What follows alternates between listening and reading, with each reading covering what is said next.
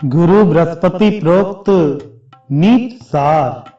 सूत जी कहते हैं, मनुष्य को हजारों चिंताएं होती हैं, किंतु उन चिंताओं के मध्य 4 चिंताएं ऐसी हैं जो तलवार की धार के समान अत्यंत तीक्ष्ण हैं।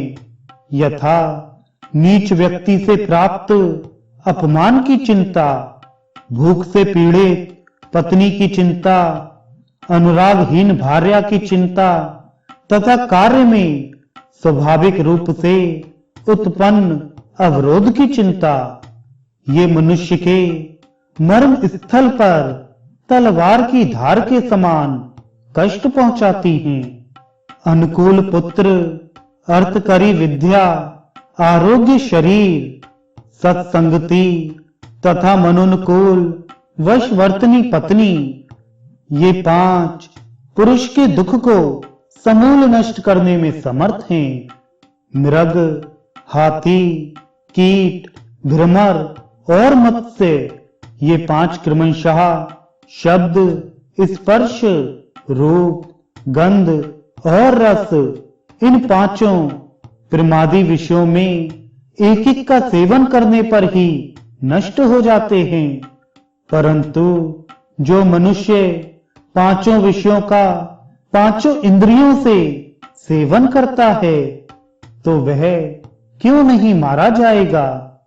धैर्य रहित, रूक्ष स्वभाव वाले, गतिहीन, मलिन वस्त्र आच्छादित और बिना बुलाए सभा उत्सव आदि में उपस्थित होने वाले, ये 5 प्रकार के ब्राह्मण बृहस्पति के समान होने पर भी पूजे नहीं जाते।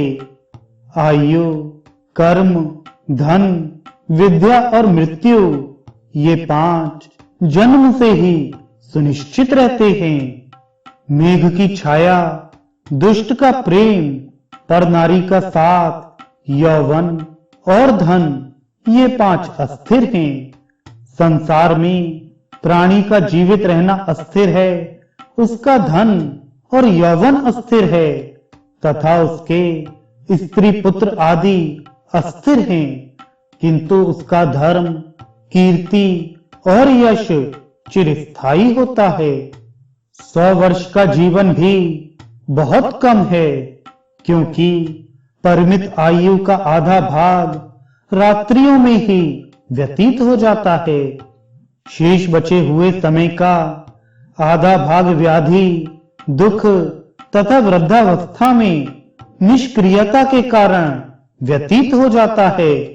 मनुष्य की आयु 100 वर्ष मानी गई है। आयु का आधा भाग रात्रियों में ही समाप्त हो जाता है। उसकी शेष आधी ही आयु बचती है, जिसमें से आधे से कुछ अधिक भाग बाल्यावस्था में बीत जाता है। कुछ भाग परिजनों के वियोग, उनकी दुखदायी मृत्यु से प्राप्त कष्ट तथा राज सेवा में चला जाता है। इसके बाद जो आयु का शेष भाग बचता भी है, वह जल तरंग के समान चंचल होने के कारण बीच में ही विनष्ट हो जाता है। अतः लोगों को मान से क्या लाभ हो सकता है।